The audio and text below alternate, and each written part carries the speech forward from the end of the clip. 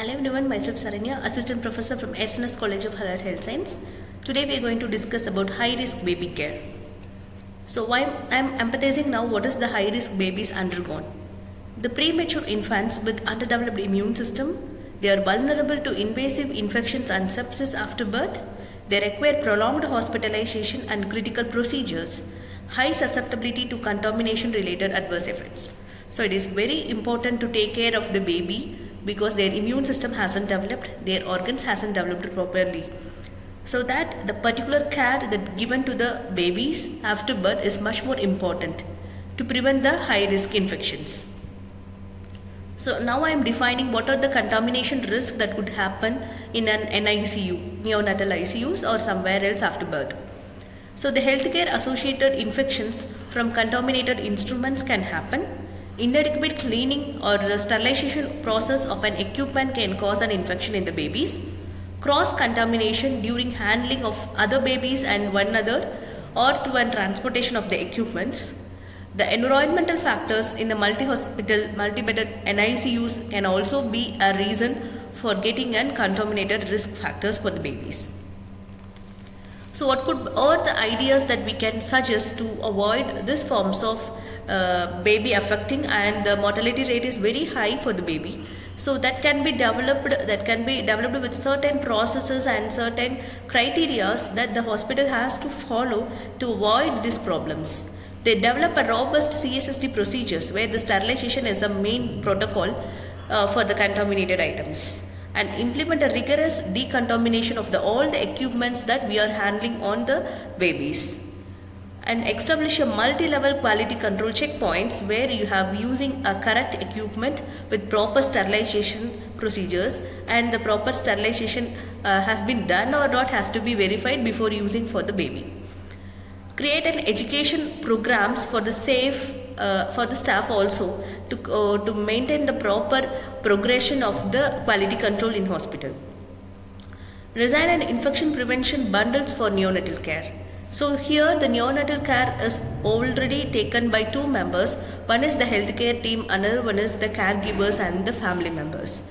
They both has to take care of the baby in a soft manner to prevent an unavoidable circumstances of infections to the baby.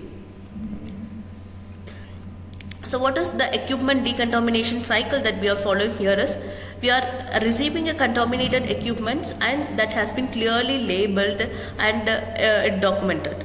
That equipment is meant for a pre-cleaning purpose. So before sterilization, pre-cleaning is very much important.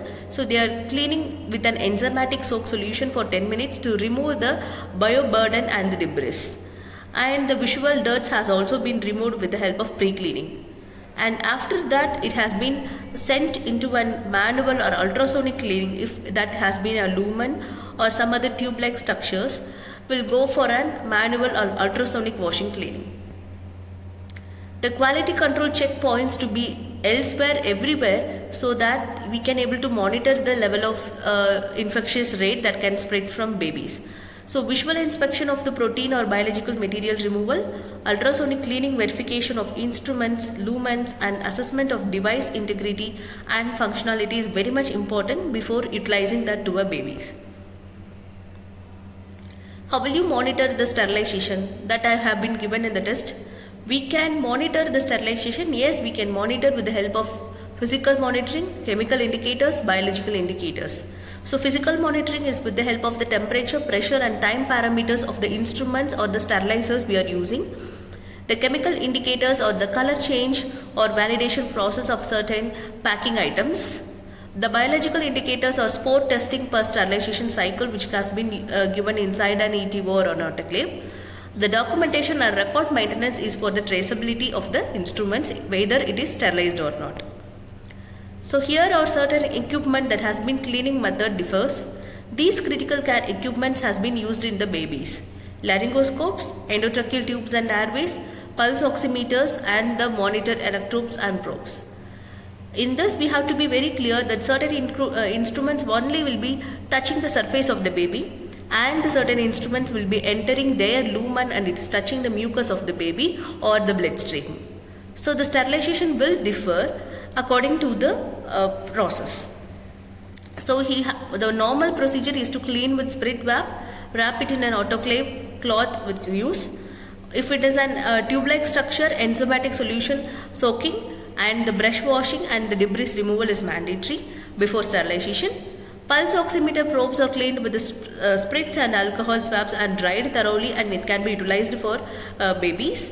And monitor electric and probes which also will be daily cleaned with the help of an sprit, and after cleaning it has to be fully dry before using for the babies.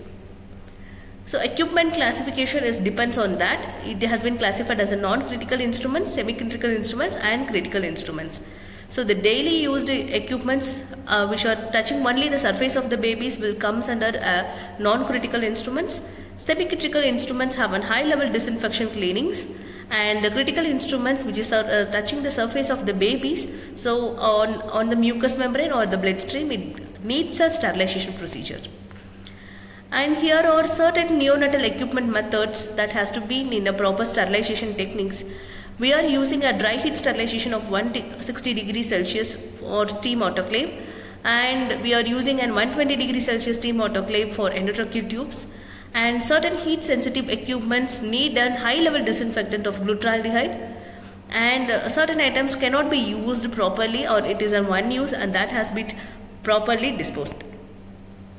So final implementations that we can do to prevent cross contamination or high risk baby care is you have to decide whether you are washing an incubator or a warmer. So dedicated incubator or warmer with proper clean sterilization should be used. Avoid cross use of infected infants and cross ventilator circuits per protocol. Daily assessment of necessity is very much mandatory. Replace the feeding tubes and nasogastric tubes at regular intervals. Minimize handling segregated contamination equipments during the procedures. So we can evaluate ourselves with the help of sterilization cycles, clearing quality and incidents of any wet removal that has to be communicated with the CSSD team, and healthcare associated infection rate can also be reduced by proper quality monitoring metrics.